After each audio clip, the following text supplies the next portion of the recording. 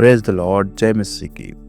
कई सारे ऐसे मसीह लोग होते हैं जो अपने आप को बहुत बुद्धिमान समझते हैं। उनके जैसा कोई बुद्धिमान नहीं, वो अपने आप को हर एक से कंपेयर करते हैं। एक वक्त ऐसा आता है कि जब उन्हें ठोकर लगती है तो उन्हें एहसास होता है कि नहीं, मेरी बुद्धि भी कम है। कईयों को एहसास होता है, कईयों को नहीं होता है। लेकिन बाइबल इसके विषय में क्या कहती है?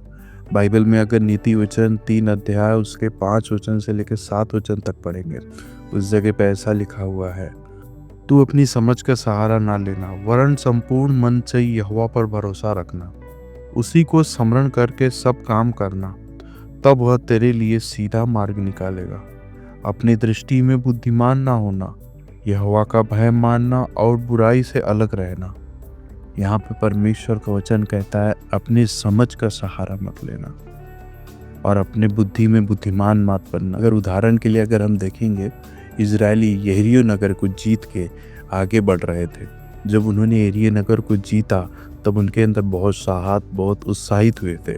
लेकिन उनके अंदर एक घमंड भी आ गया था। उनके सामने एक छोटा सा नगर था ए। उन्होंने उस ए नगर पे चढ़ाई की बिना परमेश्वर की आज्ञा के, बिना परमेश्वर से प्रार्थना किए। जब उन्होंने ए नगर पर चढ़ाई की तब उसमें से 36 इजरायली मर जाते हैं और ए नगर को जीत नहीं पाते हैं। तब यहोशू परमेश्वर के सामने घुटने टेक के प्रार्थना करता है। तो इसीलिए मैं आपसे कहता हूँ, परमेश्वर की आज्ञा सुनिए, परमेश्वर की आज्ञा मानिए। जैसे इजरायली परमेश्वर की आज्ञा नहीं मानी, परमेश्वर से प्रार्थना नहीं की, परमेश्वर से आज्ञा नहीं ली और वैसे ही चले गए ए नगर पे चढ़ाई करने के लिए, क्योंकि उनके अंदर घमंड आ गया था, उनके अंदर बुद्धि आ गई थी। सोचने लग गए थे कि छोटा सा नगर है, हम तो जीत जाएंगे, हम तो बड़े से यरीहो नगर को जीत के आए हैं।